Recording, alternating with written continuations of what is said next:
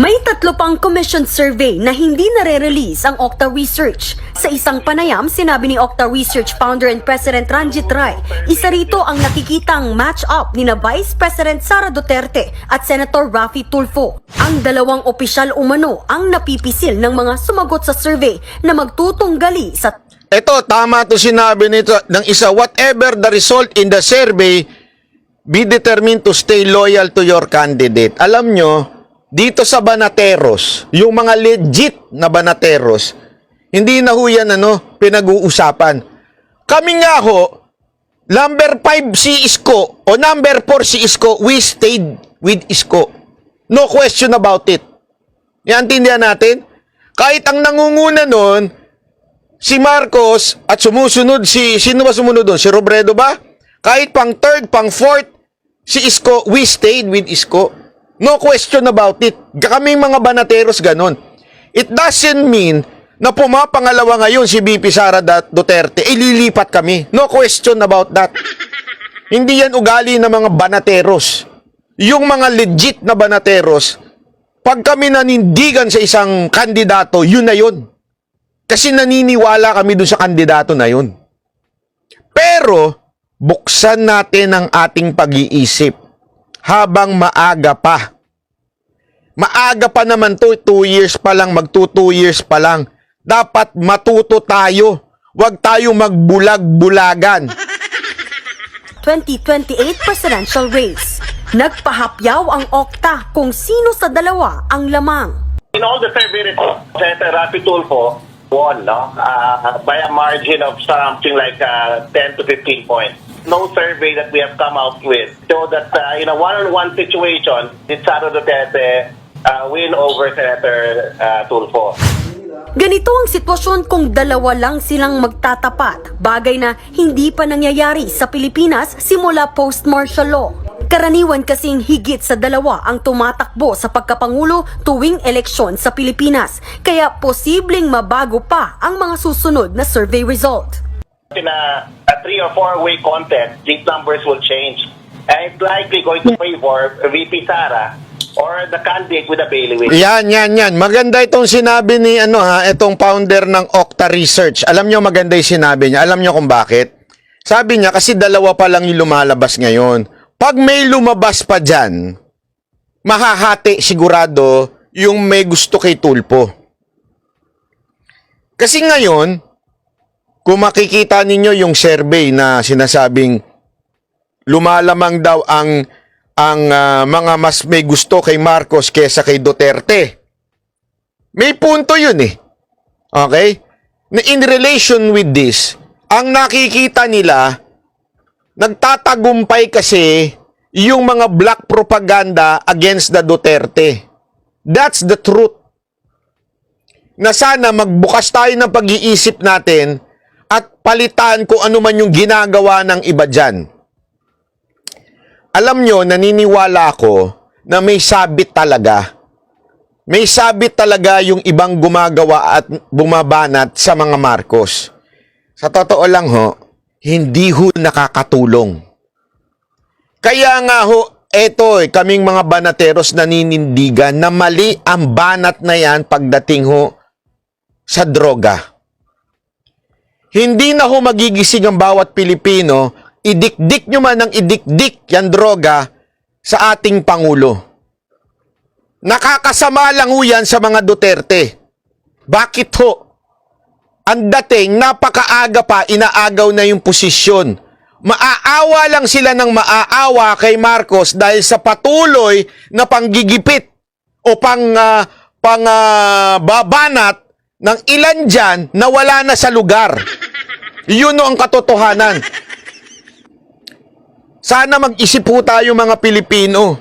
Sabi ko nga sa inyo ako nga nagdududa Nagdududa na baka Trojan horse yan Tandaan ninyo ha. Ito ang weapon na ginamit ni Pangulong Marcos nung siya ho'y kandidato. Ano yung weapon na yon? Awa effect.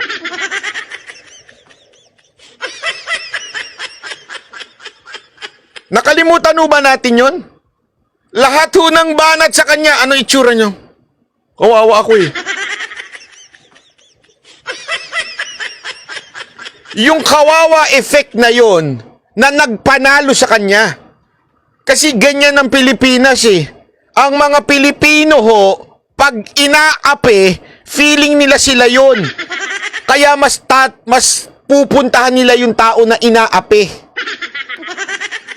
Hindi ho bumoboto ang mga Pilipino dahil ho sa kakayanan. Bumoboto ang Pilipino dahil sa mga api. Yung naapi, yun ang gusto kong iboto.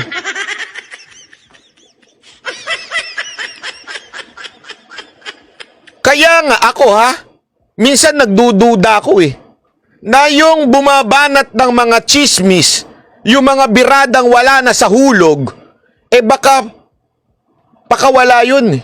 Pakawala ho eh, tingnan ninyo.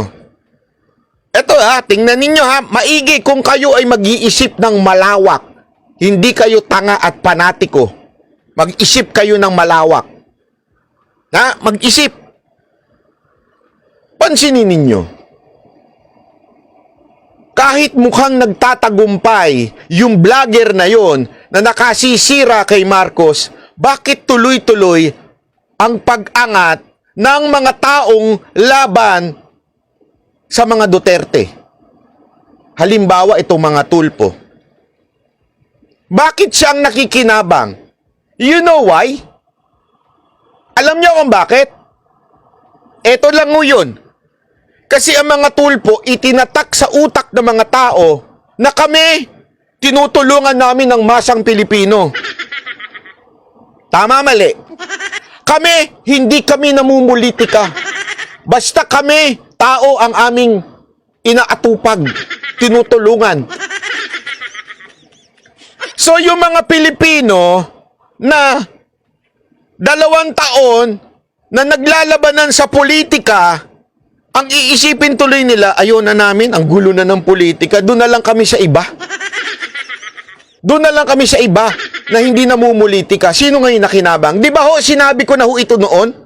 Sinabi ko na ho ito noon na malamang magkakaroon ng third force na siya ang makikinabang sa gulo ng Marcos and Duterte. Sinabi ko na to noon. Eto lumalabas no, ang laki ng margin yung 10 to 15 yung margin ng lamang ni Tulpo. Ultimong sa Senado sa 2025, kapatid niyan dalawa sumulpot. Bakit? Ano ba nagawa ni Erwin? Sa totoo lang. Mas maniniwala pa ako kay Ben kasi si Ben tuloy-tuloy yung programa niyang pagtulong. Tanungin ko kayo, ano mang ginagawa ni Erwin Tulpo? Yung totoo. Di ba nandun nga siya kay Tamba? So dapat sana bumagsak siya. Ba't hindi siya bumabagsak? Mag-isip tayo mabuti, bakit nagda-number 1 siya? Alam niyo kung bakit? It's the Tulfo brand. Another player. In other words, nasisira na ho yung political na awayan ng Duterte at mga Marcos. At umaangat ang mga Tulpo na sana magising na ho tayo. Tapos, ano tayo? Putang ina, nag-aantay sa video? Gago ba kayo? Sinabi na ni Pangulong Duterte yan, di naman kayo nakinig. Tapos aantay pa rin kayo sa video? Alam nyo sa totoo lang, diversion yan eh. Maniwala kayo sa hindi, diversion yan. Etong pedeya, diversion to eh. Maniwala kayo sa akin. Alam mo, hindi ho nakikinabang ang mga Duterte dito. Nasisira. Ang nangyayari, nag-aawayan lang. Andun dating sa mga Pilipino. Magising kayo Huwag ako ang tanungin ninyo. Tanungin nyo yung mga Pilipinong walang kinalaman sa politika. Anong sinasabi nila tungkol kay Duterte at kay Marcos? Sige. I challenge you, kayo ang magtanong. Doon sa mga walang kinalaman sa politika ano masasabi mo sa mga Duterte at sa mga Marcos? Hindi nga na maintindihan. Awayan sila ng awayan. Hindi ko maintindihan. Away sila ng away. Tapos, dyan tuloy papasok yung magtutulpo na nga lang kami. Tandaan nyo mga Pilipino, medyo pagdating sa pag-unawa ng pagboto, Wala akong pakialam yan sa ano ba accomplishment. Wala akong silang pakialam. Ang pakialam mo nila, sino ba sikat? Sino ba yung mukhang mananalo? Doon tayo. Tapos tayo nakakonsentrate saan? Putang ina yung video, asan na? Lecheng video yan, asan na? Lalabas sa bayan, no? Yung buong pag-asa natin, nandun sa video. Ano kayo ng wetin? Sinabi na nga ni Presidente Duterte, bangag. Uy, naniwala ba? Video. Tapos aasa kayo mai-impeach dahil sa video. Tingnan nyo nga yung camera. Paano mai-impeach dun? Maging utak naman tayo, hindi tayo yung tatanga-tanga. Binudol na nga kayo, bubudulin pa kayo uli. Ang bubo naman yan, paulit-ulit, araw-araw. Ano kayo, sinibayan?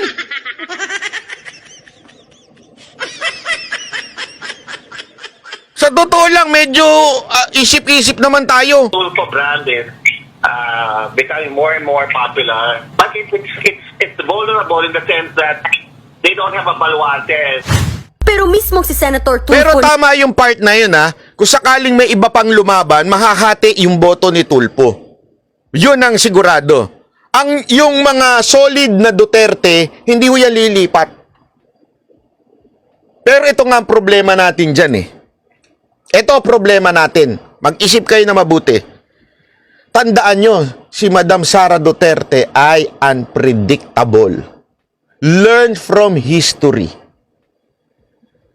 Learn! All along, we thought tatakbo siyang presidente. We hope she will run for president noong 2022. What happened?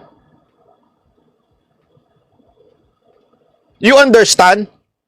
What if, tanungin ko kayo ngayon, what if biglang nagsawa na si Madam BP Sara Duterte tumakbo at sinabi niyang ayoko na?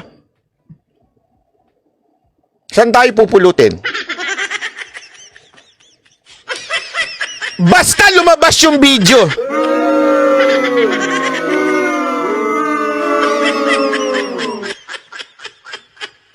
Di ba? Kasi nga, nakasalalay tayo sa punyetang video na yan. Na alam naman na natin yan, 2022 pa lang. Eto hindi ko sinasabing hindi totoo yung video. Hindi ko rin sinasabing hindi totoo yung PIDEA. Ang sinasabi ko, wala nang impact yan. Alam na natin lahat yan, eh. May nagbago ba?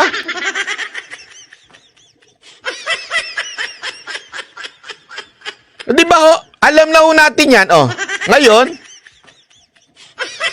sinabi na ni Pangulong Duterte yan.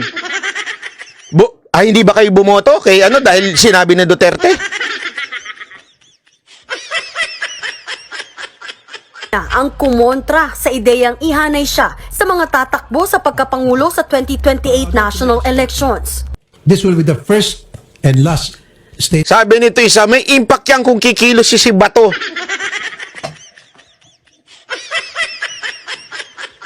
Sino kikilos? Si Bato lang. Tapos, gaganong-ganon si Bato. Ano mangyari? Wala nga.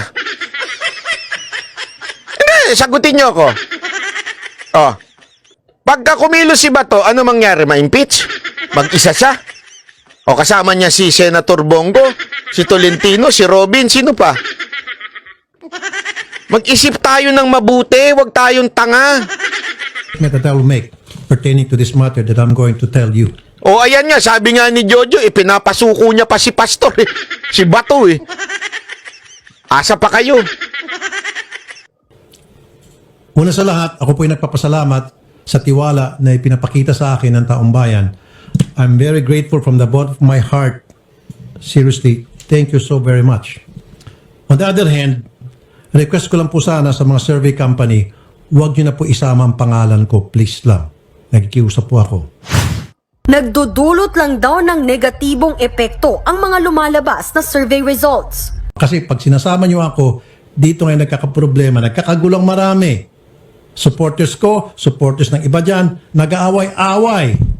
Malayo pa raw ang 2028 at mas dapat pag-usapan ang pagsuporta sa kasalukuyang administrasyon. Ayon naman kay Sabi nito isa, kung may evidence ng video, baka may maglakas loob na mag-file ng impeachment.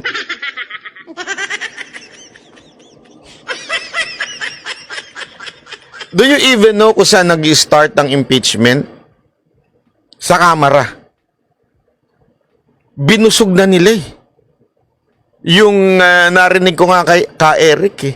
Yun nga lang huli daw na binigay is tig to 2 million eh. Parang pambakasyon lang.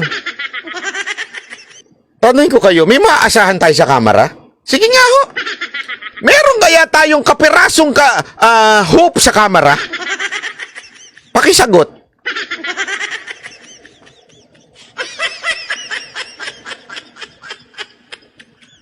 Hindi ho eh.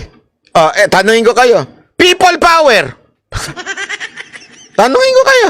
Nung nagrarally dyan sa Liwasan, masasabi mo na bang kayang magpabagsak ng Pangulo yun?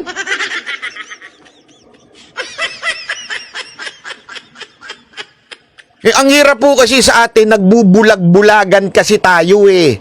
Kaya nga, eto, sasabihin ko sa inyo, kung ayaw nyo ng katotohanan at gusto nyo lang nyo ng mga magagandang salita para bulahin ang isa't isa, wag ho kayo dito sa Banateros, masasaktan ho kayo dito. Dahil dito, dahil po dito ay ilalantad ko ang katotohanan kahit masakit.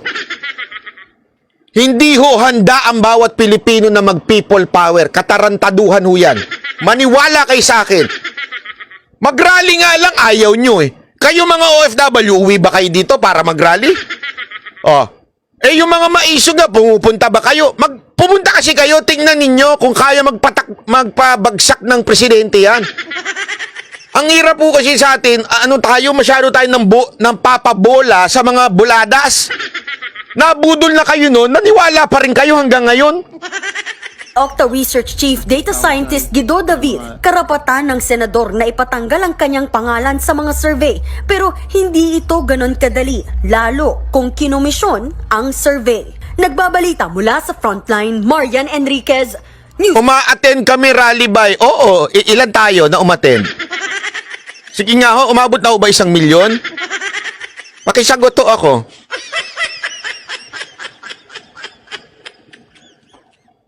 Alam mo, eto ha.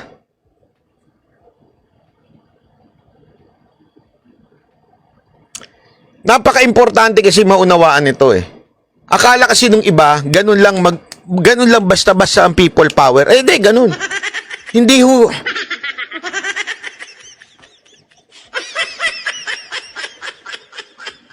Tapos eto, tanungin ko kayo. 'Di ba ang ating inaasahan si Pangulong Duterte? Tama mali? Siya ang manguna. O di kaya si VP Sara Duterte ang manguna? Ano nangyari nung pangalawang rally? Sa Cebu.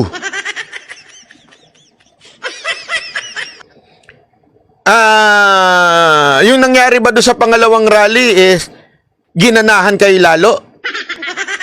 Sumagot kayo. Hindi. Bakit? Tila nagbago si Pangulong Duterte. So sinasabi mo ba banat ba'y kasalanan ni Duterte? Hindi. Kasi si Pangulong Duterte, wala sa isip niya ang people power. Wala sa isip ni Pangulong Duterte ang revolusyon. Wala sa isip niya yun.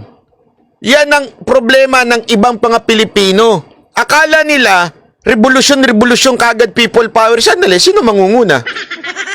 Tanungin ko kayo, sino mangunguna? Si Pangulong Duterte, ilang beses ko narinig, ayaw niya nun. Sino gusto nyo manguna ng people power? Sige nga ho, sagot ho kayo.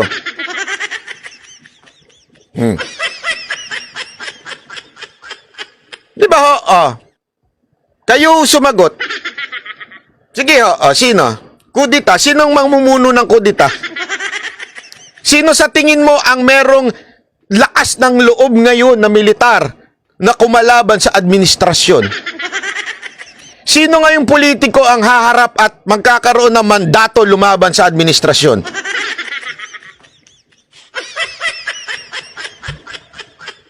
Si VP Sara Duterte.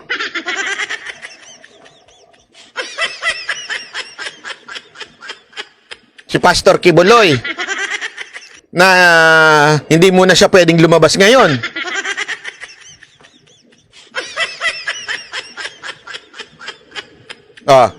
Ulitin ko ha sa mga makikitid at medyo mahihina ang kokote. Hindi ako pumapabor kay Tulfo dito. Ako, Duterte ako. No questions asked na dyan. Ako po ay talaga ever since.